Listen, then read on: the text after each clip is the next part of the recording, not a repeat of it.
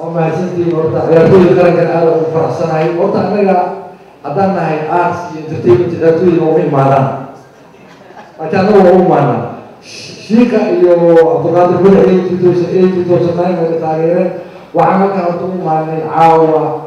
آدي المهم أنا يقارنجو يوراشي سهر عمر بيلا علي أنا وقصة أنه سي فاميلي لكن أنا بس وحكاها بدونه ولكن لاعب كارنكا شيء أيه كان دون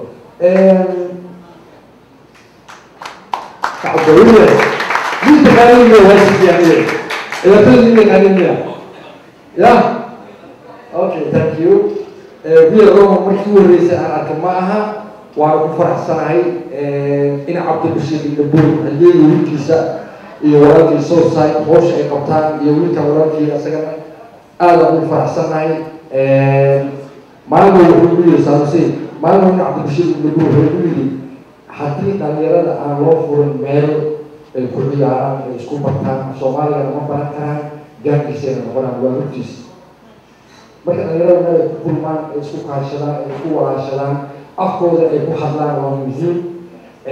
waxaan u yeerayaa walaalkii laacibka qaranka Soomaaliyeed Shiika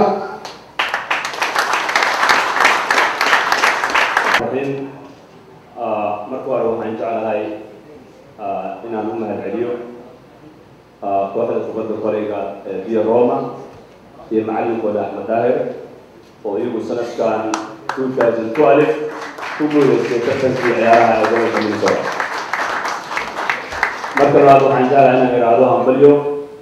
لما عم بدأت كسر الشقي برنامج كان فيرجع يقول من التاجلي أو يجوا برنامج عم برضه بدل كسر الشقي يجوا أبو حنجال أنا مهم بلي وأنا إرادو وأنتم ما سنتي شقدي وناكسيت وأتصور غلطي. أنت ستودين عاو وحامتي كنجتي وهالكان نلجوجا في عباسة كوالله هذي ورق فرق الصومالي كسوعي أو كبد كلها إلا هير قرن أيه جوجا أو هر اللون مشينجري في عبر مكان كده وح أيه نجوجا معلمين في قرن الصومالي كبد عبتا ويالكان نلجوجا نعيا تودي قارتم لها أو نلجوجا معلم إبراهيم السودان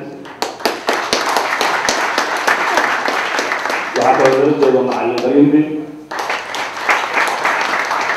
وعطوا نرجو معلم قرف ويسوي كم ده قرف سنة على الجيبة عبد عمر أيام نرجو وصلوا أيام توي جاب كوان أيام كقرن كوبات عبد ناري يورسه يو عبد يوسف ويسوي نقوم معمولاش سبورت الصوماليين runtii barnaamijkan anaga qaybtaan ku eeg waxay ahayd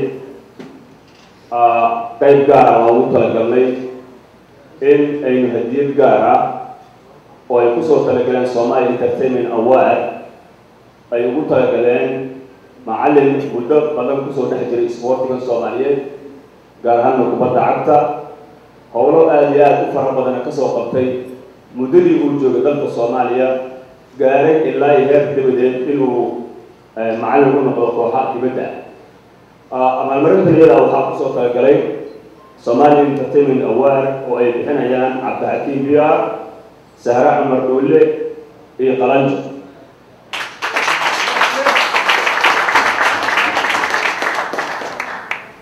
مركا أنا لو قصدت كيف السنة وحنا رأينا وحي نمبرو معلم إبراهيم محمد حسي والله يقال معلم إبراهيم السوداني وحي وكسوها سبورتك أما المرة اللي runtii sanadka hore ayay si u baaqatay waxay ahayd in macalinka lagu siiyo goob fagaare ahayd haddana way suurtageli weyday innagoo markaa ka faa'iidaysayna fursaddan maanta ee dabaaldega weyn loo sameynayo kooxda Via Roma waxay noola muuqatay markii aan ka wada hadlay guddiga qabanqaabada barnaamijkan in abaalmarintan maanta halkan lagu diray marka haddii aan soo koobo taariikhdiisa oo kooban macalinka macalin Ibrahim waxa uu ku dhashay dalka Eritrea sanadku markuu waa 1944 aqoontiisa dugsiga quraanka waxa uu ku dhameystay iyo ilaa dalka Eritrea waxaan halkaas ka soo dhigtay ilaa aqoontii maadiga ilaa secondary schoolkiisa waxa uu ka dhiganayay dalkaas Eritrea dabeerna 1996 ayuu macallinku macallin Ibrahim waxa uu soo wareegay dhanka Soomaaliya xaqiiqdii taariikhda macallin Ibrahim ma aha mid yar oo aan halkan ku soo koobi karno waxa uu ka tirsanaa kooxdii ciidanka xoogga dalka Soomaaliyeed kooxdii lagu aasaasay 1996 kadibna waxa uu wareegay kooxdii la oran jiray 21 Oktoobar markii xorriyadda la qaatay dabeena macallin Ibrahim waxa uu ka mid ahaa kooxdii la oran jiray Bakaal iyo Dirir oo ahaa laba kooxood oo ciidamadu ay lahaayeen kadib markii la isku daray labadaas kooxood oo la mataaniyay ayaa waxaa loo bixiyey kooxdii la oran jiray naadiga ciidamada qaranka sida ee horse macallin Ibrahim intuu ciyaartooygu ahaa kadib waxa uu ku biiray ciyaartooyda xulka qaranka Soomaaliyeed ee kubadda cagta 1996 ilaa 73 ayuu ka mid ahaa xulka qaranka Soomaaliyeed ee kubadda cagta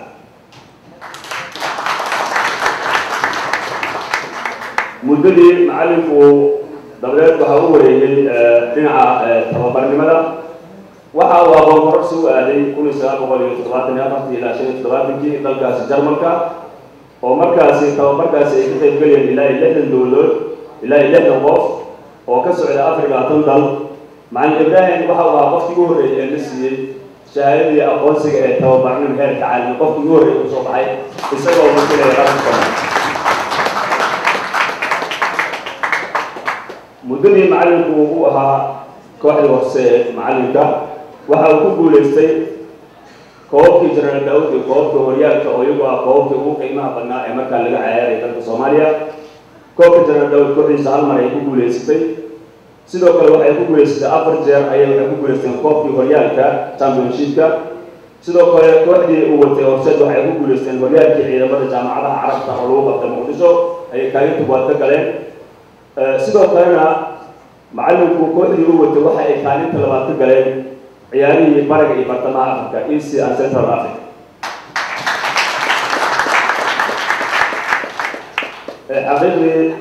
sanadna waxa ay yimaadeen kooxda horseed ciyaarihii finalka East and Central Africa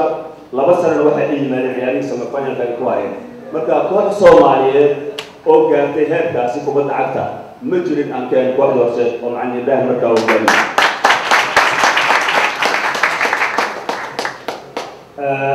waxaa dad badan ay wada garayaan in macallin Ibrahim uu soo saaray ciyaartooy aad iyo aad u fara badan ciyaartooydaasi uu soo saaray markaa inay ahaayeen kuwa wadamada Carabta iyo Afrika si aad looga yaqaan sidoo kale macallinku khibradiisa aqoontiisa waayagnimo waxa uu macallin ka noqday waddanka Qatar oo uu muddo 8 sano macallin ka ahaa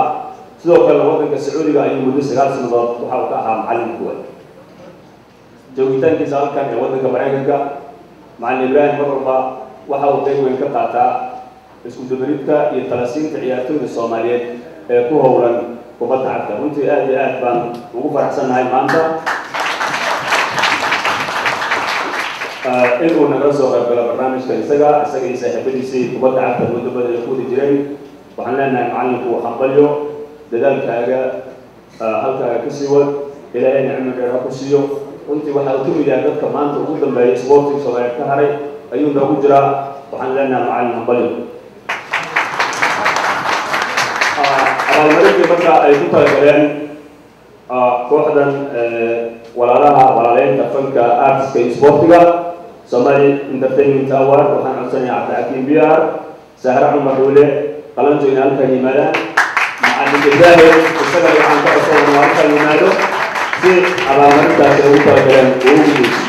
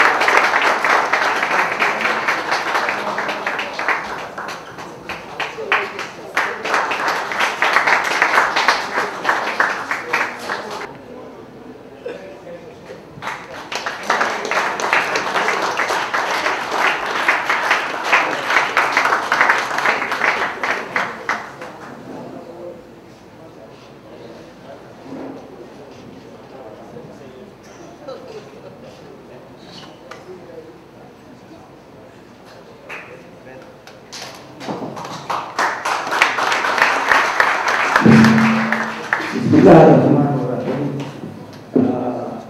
ومحسنتم حفلتان يشرف in issue about Bukan. Selamat kepada ina ambil kohda Rio Roma.